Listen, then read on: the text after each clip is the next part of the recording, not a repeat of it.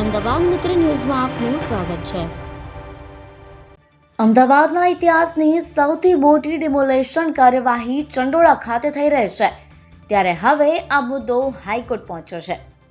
અરજદારોએ કહ્યું, કાનૂની નીતિ નિયમો વિરુદ્ધ ડિમોલેશન થઈ રહ્યું છે। અહીં રહેતા લોકો બાંગ્લાદેશીઓ હોવાનું પુરવાર નથી થયું।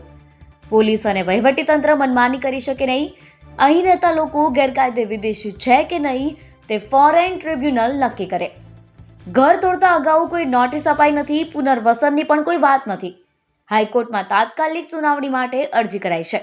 આ મામલે આજે 11 વાગે સુનાવણીની શક્યતા છે। અમદાવાદના ચંડોળા તળાવ વિસ્તારમાં ગેરકાયદે બાંધકામો સામે અમદાવાદના ઇતિહાસની સૌથી મોટી ડિમોલેશન કામગીરી શરૂ થઈ છે, જેમાં લલ્લા બિહારના ગેરકાયદે ફાર્મ હાઉસ અને મકાનો પર જેસીબી તેમજ બુલડોઝર દ્વારા તોડકામ હાથ ધરાયું છે।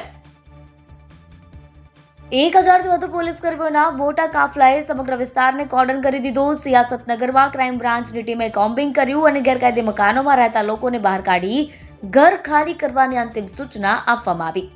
અમદાવાદ મહાનગરપાલિકાના 7 ઝોનના એસ્ટેટ અધિકારીઓ, હેલ્થ, સોલિડ વેસ્ટ મેનેજમેન્ટ અને ઇજનેરી વિભાગના અધિકારીઓ હાજર રહ્યા હતા।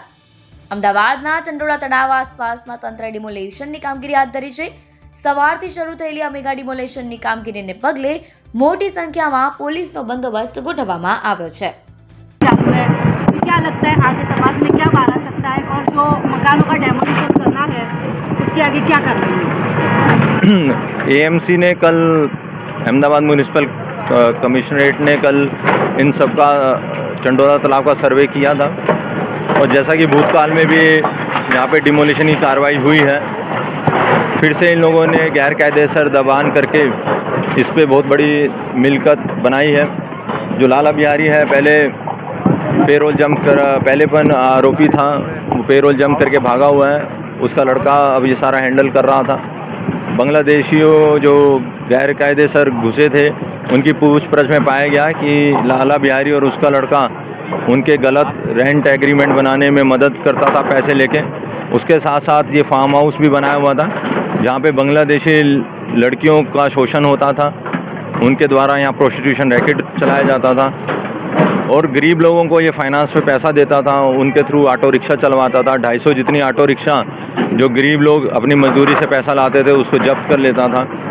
तो ये सब ध्यान में लेके कॉरपोरेशन ने एक बड़ी आज मेगा ड्राइव रखी थी और क्योंकि आप समझ सकते हो कि ये बहुत बड़ी ड्राइव है, इसमें हो सकता है लॉ एंड ऑर्डर ना बिगड़े और जान हानि ना हो, इसके लिए पुलिस कॉरपोरेशन की मदद में। અમદાવાદ મિત્ર ન્યૂઝની યુટ્યુબ ચેનલને સબસ્ક્રાઇબ કરો અને બેલ આઇકોન જરૂરથી દબાવો, જેથી દરેક મહત્વના વિડીયોની નોટિફિકેશન તમને મળતી રહે।